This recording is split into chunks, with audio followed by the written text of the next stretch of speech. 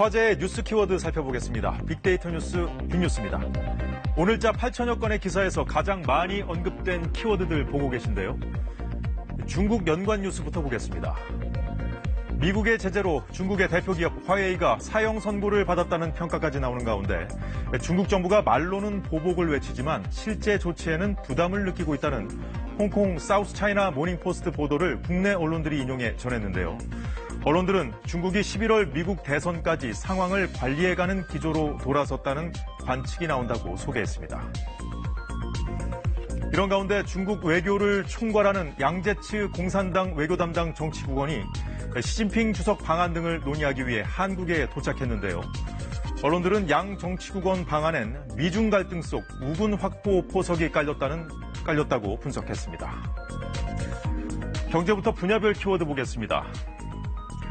한국은행의 발표에 따르면 7월 생산자 물가지수가 2달 연속 올랐는데 폭염과 장마 때문에 66.3%나 올라 금추가 된 상추 등 농산물 가격 상승에 영향이 컸습니다. 한국감정원발 뉴스 오늘도 많았는데요. 지난달 서울에서 매매된 아파트 3채 중 1채를 30대가 구입했고 이런 추세는 7개월 연속 이어지고 있다는 보도가 있었는데요. 언론들은 30대의 패닉 바잉이 많이 진정됐다는 경제부총리의 발언과 시장이 거꾸로 가고 있다고 지적했습니다. 이런 가운데 다주택자들도 매도보다는 증여를 택했고 반면 법인들은 세금 부담을 못 이겨 서울 외곽 지역과 부산, 대구 등의 아파트를 대거 처분한 것으로 나타났다는 통계도 이 한국감정원을 주요 키워드로 올렸습니다.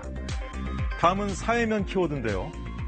다음 주 총파업을 예고해온 대한의사협회가 정부가 의과대학 정원 확대 등을 철회하지 않으면 예정대로 파업을 강행하겠다는 입장을 밝혔습니다. 언론들은 코로나 위기 속 의료 공백을 우려하며 의사들과 정부가 치킨 게임을 하고 있다고 비판했는데요. 이런 가운데 정부가 파업에 나선 전공의들에게 의사 면허상 불이익을 줄 수 있다고 경고했다는 보도도 있었습니다. 끝으로 정치면 키워드입니다. 오늘 국회에서도 이 전광훈 목사가 화제였는데요. 국회 행정안전위원회 전체회의에서 여당은 코로나 재확산 사태 중심에 전광훈 목사가 있다고 성토했는데요.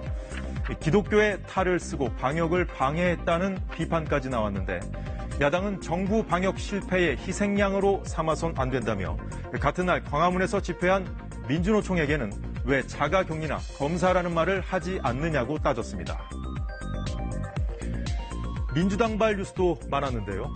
이낙연 후보의 자가격리 여파로 연기론이 제기됐던 이 전당대회를 민주당이 예정대로 이달 29일 치르기로 했다는 소식과 민주당이 2차 재난지원금 검토에 나섰다는 뉴스도 화제였습니다. 오늘 빅뉴스는 여기까지고요.